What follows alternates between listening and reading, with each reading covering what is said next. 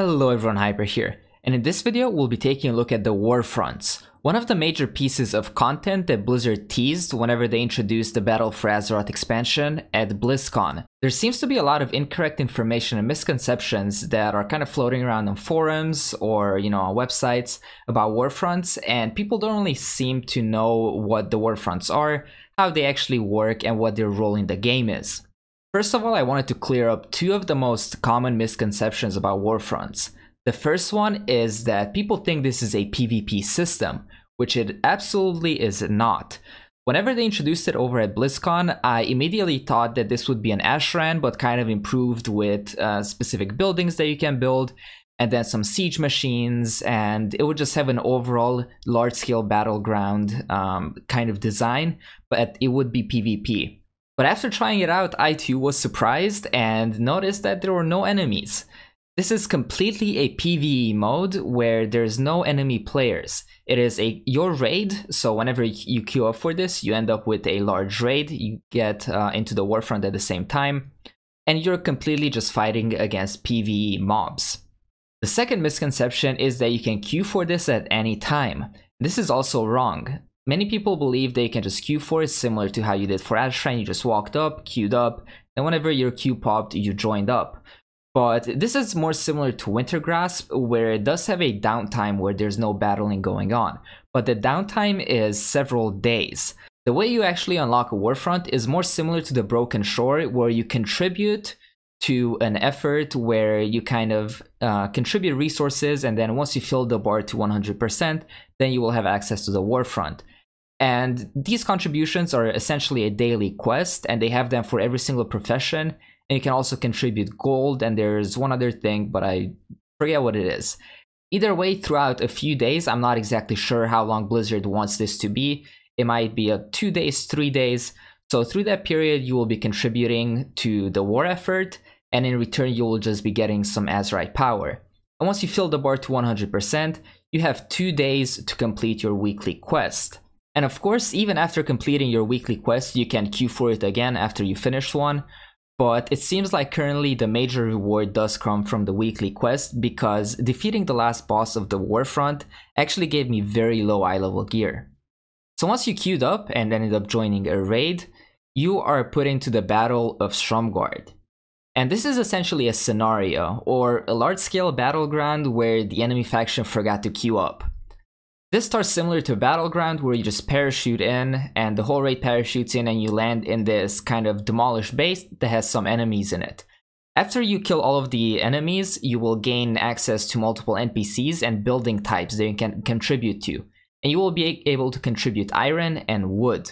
But you will probably quickly notice that you don't have either of those, and on your minimap you won't really see nodes where you can pick them up. If you're doing this for the first time, there is a quest chain that kind of takes you around the whole base and explains to you what each of the NPCs does, and if you contribute, what you get in return.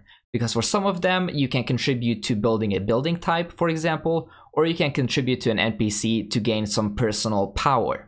After you secure the hub, you will move to the east and the west side to gain control of the mine and the lumberyard. These two places will basically provide you with resources to contribute to the hub, so you're able to build those buildings and get some personal power going by either recruiting some guards or buffing yourself up.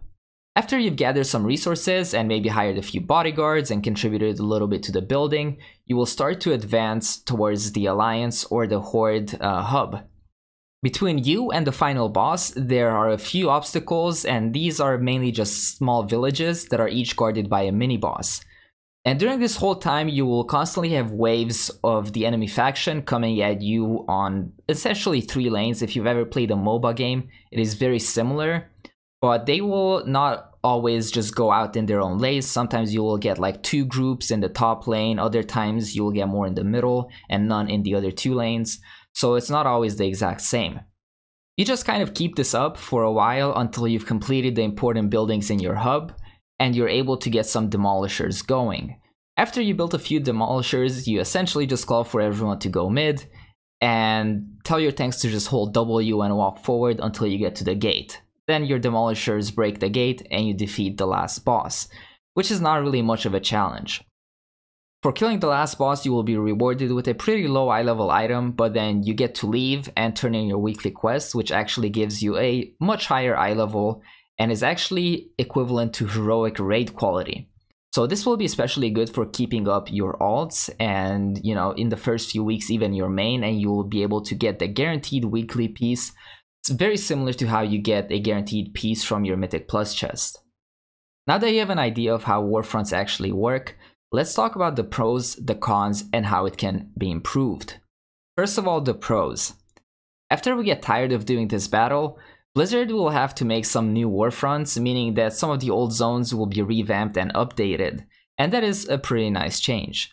You also get a weekly guaranteed piece of gear for about 30 minutes of time invested. That time does vary depending on how well your group actually knows what's going on. Also, the very first time you do this is a pretty neat experience. You will get to kind of ride around, explore what each of the things does, and it's pretty exciting. Now moving on to the cons. There's nothing really dynamic about this, and every single week you're going to be doing it, you will have the same mini-bosses you will be facing. Everything is the same layout. You occupy the mines, then you occupy villages, build demolishers, rush down mid, and you won. So there's nothing that really changes from week to week. Doing this on multiple characters until you've either outgeared it or you just get bored of it will be very frustrating to do if you have a high number of characters, because the gear itself is good enough, especially if you're a casual player, that it warrants doing on every single character every single week. But since there's nothing dynamic about it, you will just be getting the same experience over and over and over and over again. Also, currently there is no role queuing. So you might get a raid with a lot of tanks and healers, or you might get a raid where you have one tank and one healer, or no tanks and no healers. Obviously, the odds that at least one tank and healer will be there are fairly good, but I really hope that they kind of introduced a role system where they have like an estimate of you should have about 3 or 4 tanks, and then 4 or 5 healers or something similar, and then the rest DPS. This will guarantee that everyone has a much smoother experience. The Warfront itself is designed to have 100% success rate. The only thing that varies in the Warfront is the time it takes to complete it. It might take you 15 minutes if your raid is an absolute beast and know what they're doing, or it might take you up to an hour because no one has any idea what they're doing, or they've done it 1,000 times and they'd rather just AFK and run around while everyone else does the work.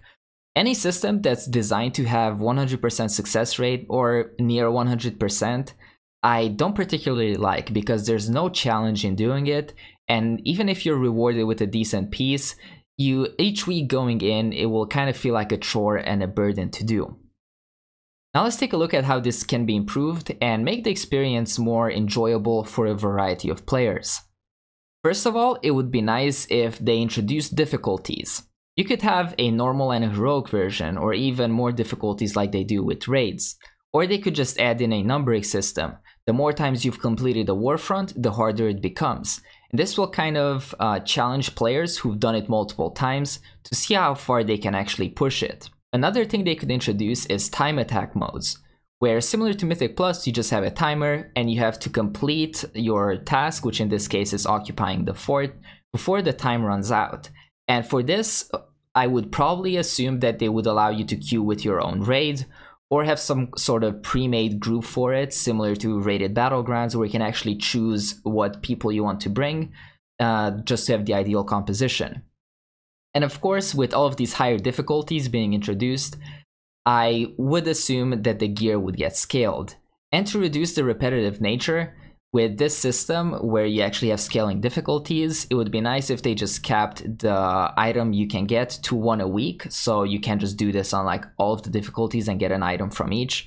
Rather, you just do it in one, similar how you do your weekly raid quests, where the highest difficulty you've completed, you get a quest for it, and then you get an item that matches the difficulty you've done before. The second thing I would like to see is a PvP version, because there are a lot of ways they can go with this and actually implement it. First of all, you could have a team attack to set a time, and then after they defeated the last boss, the attacking and the defending team swap, and the second attacking team has to beat the first team's time, or they lost. And if this takes too long, since these Warfronts do tend to take quite a bit of time, then maybe just have it rotate once every few days, where, for example, while your Warfront is in the phase of actually contributing to it, then you will be defending, and then once you actually built your Warfront and are able to access it, then you will be attacking. So even in that downtime where PvE players won't be able to queue for it, the PvP players can still enjoy it, but get the opposite experience where they actually defend instead of attacking. Of course, these are some very rudimentary ideas that just popped into my head, and there are a lot of ways that they can go with this and polish it out to make it a very good PvP experience, but I'm really curious to see really what their plans are for the Warfronts. I'd really like to hear your thoughts on Warfronts. What are your first impressions about this system, and how do you think it could be improved? Or is it fine as it is? Anyway, thank you so much for watching this video, and if you enjoyed it, please hit the like button and sub to the channel. And if you'd like to support me directly and join my Discord, for example, then you can check out my Patreon, which is linked in the description box. Again, thank you so much for watching, and I will see you on the next one.